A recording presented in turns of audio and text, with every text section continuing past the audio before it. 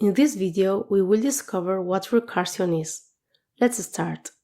Recursion is the term used to refer to a function calling itself. In almost all the situations where we use loops, we can substitute the loops using recursion. Recursion can solve problems that seem very complex at first. Let's study the factorial calculation. The factorial of an integer number is written as shown. It is the product of itself and all the integers below it. For example, the factorial of 5 will be 5 multiplied by 4, multiplied by 3, multiplied by 2, and multiplied by 1. We can implement the factorial of a number with the following code. We define the result variable and initialize it to 1.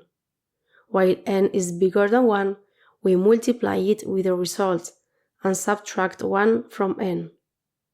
We can execute this code as shown and get the result. Using recursion, the factorial calculation can be written as shown, that is, n multiplied by the factorial of n minus 1. We can first think about writing this code to implement it, but this algorithm would be executed forever. To avoid infinite recursion, the first thing we are going to do is identify the base case.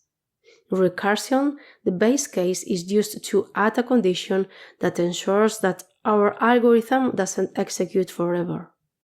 In the factorial, the calculation finishes when the n is equal to 1, so we will add this condition to our algorithm. In the base case, we don't have to make any recursive calls, so we will return 1, as the factorial of 1 is 1. If n has any other value, we will then make the recursive call.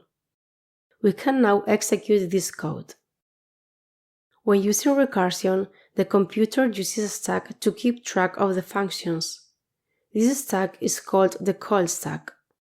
In the factorial example we saw, the computer will start calling factorial of 5, but before the function finishes, it calls factorial 4.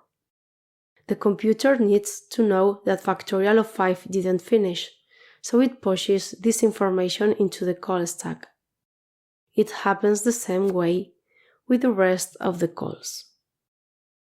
Factorial of 1 finishes without making any recursive call and returns 1. Now factorial of 2 receives the result of factorial of 1. The execution of factorial of 2 continues. When factorial of 2 finishes, it returns 2, and its item is popped from the stack. It happens the same way for the rest of the calls. Let's briefly study dynamic programming, an optimization technique mainly applied to recursion. It can reduce the complexity of recursive algorithms. It can be used for any problem that can be divided into smaller subproblems that overlap. The solutions of the subproblems are saved, avoiding recalculating them if needed later. This can be done with the memoization technique. We will practice all this in the exercises. Great job! Let's do some exercises about recursion.